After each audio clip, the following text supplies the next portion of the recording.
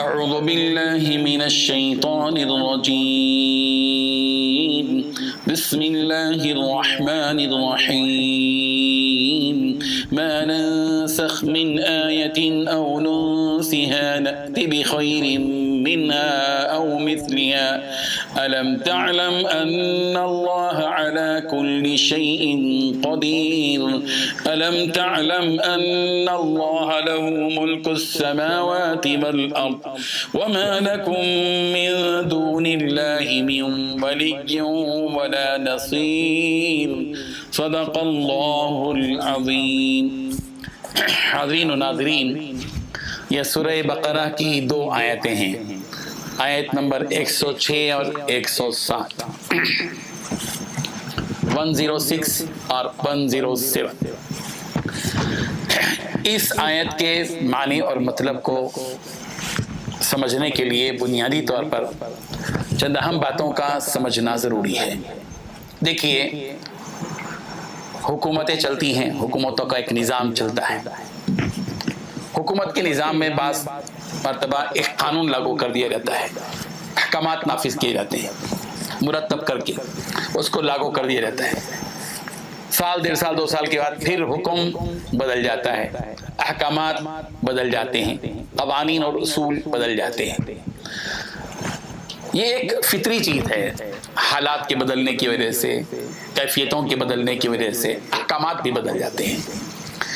بالکل اسی طرح قرآن مجید فرقان حمید یہ ایک ایسی کتاب ہے جو تورات کی طرح نہیں، کہ تورات ایک دفعہ ہی اتاری گئی، ایک بار کی اتار دی گئی، دفعتاً اتار دی گئی، ایک مرتبہ تورات دے دی گئی۔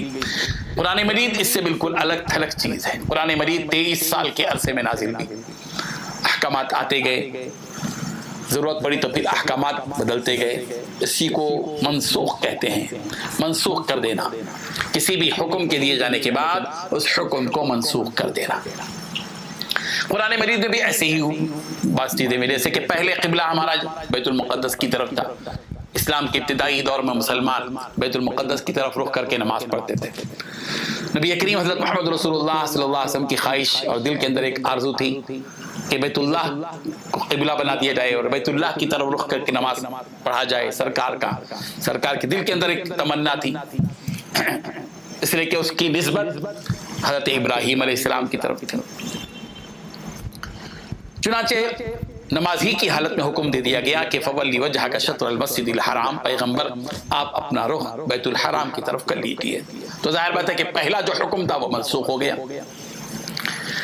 اسی طرح آپ جانتے ہیں کہ بیوہ کی جو عدت کی مدت ہے، ابتدائی زمانے میں حکم تھا کہ متاعاً الی الحول غیر اخراج، 1 سال کی مدت تھی، لیکن بعد میں یہ حکم منسوخ کر دیا گیا۔ اور تلاوت میں وہ چیز باقی ہے، تلاوت تو ہوتی ہے اس کی، لیکن وہ حکم میں باقی نہیں رہی، وہ منسوخ ہو گئی۔ اور عملاً اب جس پر عمل کیا جائے گا وہ الذین یتوفون منکم ویذرون ازواجا یتربصن بانفسہن 4 اشہر وعشرا۔ تو بیوہ کے لیے اس آیت میں 4 مہینے 10 دن کی عدت مقرر کی گئی، اور 1 سال کی جو حکم تھا وہ منسوخ ہو گیا۔ جب یہ احکامات منسوخ ہوئے تو اعتراضات شروع ہو گئے۔ مشرکین نے کہا، فلان نے کہا کہ بھئی یہ کیا بات ہے کہ یہ حکم آتا کیوں ہے پھر منسوخ کیوں ہوتا ہے؟ جب حکم آ گیا تو منسوخ کیوں کیا گیا؟ اس کا مطلب یہ ہے کہ یہ اللہ کی طرف سے نہیں ہے حکم، یہ تو خود اپنی طرف سے لگا لیا گیا۔ اس قسم کے الزامات اور بہت سی باتیں ہونے لگیں، تو اللہ تبارک و تعالیٰ نے اس کا جواب دیا ہے کہ ما ننسخ من آیت او ننسها نأتی بخیر منها او مثلها۔ جب بھی ہم ما ننسخ من آیت، کوئی آیت منسوخ کرتے ہیں، او ننسها یا اس کو بھلا دیتے ہیں، نأتی بخیر منها اس سے بہتر چیز ہم لے آتے ہیں یا اس کے برابر او مثلها۔ الم تعلم ان اللہ علی کل شیء قدیر، کیا تم یہ نہیں جانتے کہ اللہ تعالیٰ ہر چیز پر قادر ہے؟ اللہ تبارک و تعالیٰ کے اوپر کیا زبردستی ہے کہ اس کے اوپر یہ پریشر ڈالا جائے کہ جو حکم دیا جائے گا وہ ہمیشہ کے لیے ایک ہی ہوگا۔ اللہ تعالیٰ قادر مطلق مختار کل ہے۔ ہم اپنے گھر کی چیز کبھی اوپر کی چیز نیچے رکھتے ہیں، نیچے کی چیز اوپر رکھتے ہیں۔ ہم ایک چیز جو کمرے میں ڈرائنگ روم میں رکھے ہوئے تو اس کو ہال میں رکھ دیتے ہیں، پھر ہال میں رکھی ہوئی چیز کو باورچی خانے میں رکھ دیتے ہیں۔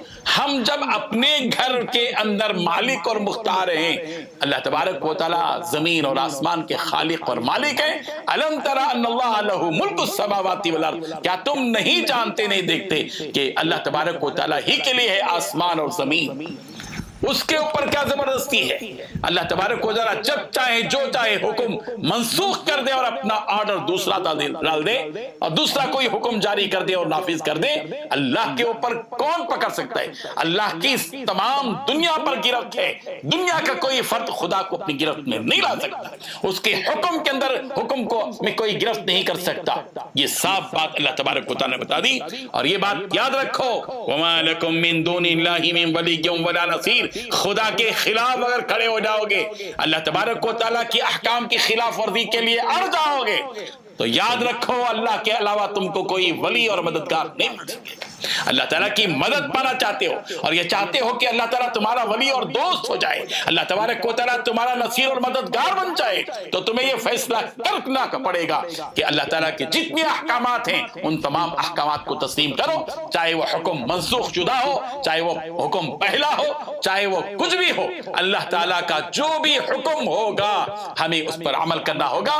جب ہی ہم اس بات کے حقدار ہوں گے کہ اللہ تبارک و تعالیٰ ہمارا ولی اور مددگار ہو، اللہ تبارک و تعالیٰ اس حقیقت کو تسلیم کرنے کی توفیق عطا فرمائے۔ بندے کا کام جرح کرنا نہیں ہے، بندے کا کام سمعنا و اطعنا ہے، ہم نے سن لیا اور ہم نے مان لیا۔ اللہ اور اللہ کے رسول کے حکموں کے سامنے ہماری اپنی دال نہیں گلائی جائے گی، ہماری اپنی مرضی نہیں تھوپی جائے گی، رب کی مرضی چلے گی اور رب کا بندہ بن کر اس دنیا میں رہنا پڑے گا۔ جو رب کا بندہ بن کر غلام بن کر زندگی گزارے گا، اسی کے لیے نجات، اسی کے لیے جنت، اسی کے لیے مغفرت، اسی کے لیے برکت، اسی کے لیے سلامتی، اسی کے لیے رحمت، اسی کے لیے اللہ کی رضا ملے گی۔